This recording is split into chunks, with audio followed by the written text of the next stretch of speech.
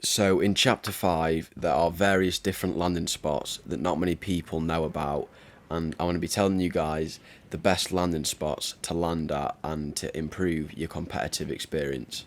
So the first landing spot in today's video is the Windmills. Now the Windmills are located in the very top right of the map, and not many people land here because people tend to land at bigger POIs and landing spots because there are medallions, and medallions are really useful because they give you 50 shield, but they have been nerfed because they used to give you 100 shield, and they're not that good anymore. So the Windmills offer 15 slurp barrels and a slurp truck. The south side of the Windmills has 11 chests, and the north side has 9 chests. So I do recommend landing here, as it's my land spot, which is very good because you can rotate more into the map, and yeah, it's really good overall. Another thing to add is there's a chance of 3 mythic chest spawns on the south side of the map. I do recommend landing on the south side because there are more chests, and there is obviously a higher chance of getting mythic chests, rather on the north side there's not. So the second landing spot on today's list is the campsite.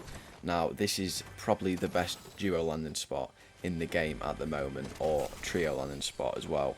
This is simply because there's about 30 chests and 17 slurp barrels available. It does depend on where chests spawn because there can be more or less, and there can be a mythic chest inside of the cave, which I'm also about to show you after these next few clips. But yeah, this is potentially probably the best duo landing spot or trio landing spot because there's that many chests and shield available. This also might be contested slightly by a few players, but if you get a very good drop, then you should be able to kill them very early off spawn as well. So if you make your way down the mountain from the campsite, there is this cave where there's multiple different chests and slurp barrels which will get you 100 shield. I mean, you'll already have 100 shield from the slurp barrels that you've just got from the small building, but yeah, this is really good because there's so many different chests, and you might have to quickly loot and then run because it's very close to where the storm will come in. But overall this is really good and probably one of the best landing spots in the game at the moment. So some people might be confused on how to actually get through the cave. I was when I first saw it, and I was quite confused. I was stuck there for a few minutes trying to find my way through. But the way to get through the cave is you'll open that chest, then you'll break through it, and then there'll be a few chests to loot up in this small cave room, and you have to mine this stone, well, brick at the end of the cave, and then swim through, and there'll be this massive room full of chests and slurp barrels. So moving on to the third landing spot in this list is the 2 houses below Lavish Lair. These are really good landing spots because there's this boss which you can, if you kill him, you get his key card and you can open a vault, and then you can rotate up towards Lavish Lair and try and get the medallion, which is what I did in the game that I played.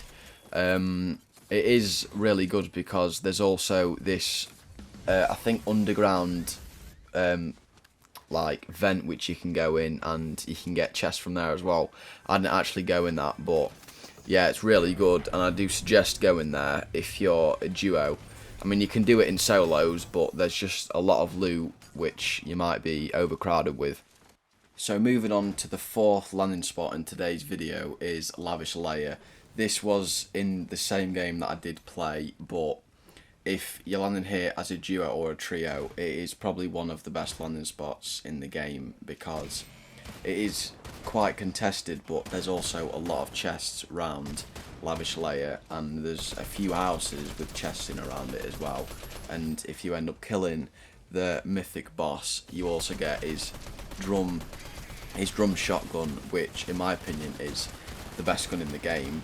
And there's also a vault that you can get with his with his medallion, but yeah, his medallion obviously also gives you 50 HP, and Yeah, it's a very good landing spot for duos or trios. I don't recommend landing here solo though, because it's not really worth it and you're just going to get pushed killing the mythic boss.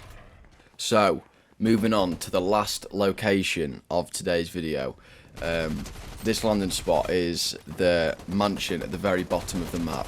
I'm going to put the location of it up on screen in a minute, but yeah, it's really good because there's a boss again that you can kill, and it gives you the vault key card.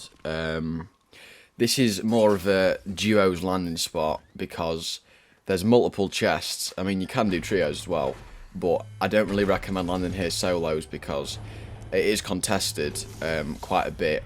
But yeah, it's very good because the vault obviously gives you a guaranteed mythic chest and slurp and shield and all that. So yeah, this is one of my go-to landing spots. So I do really recommend landing here because especially for competitive, it's not as contested as other places, but yeah, I do highly recommend landing here.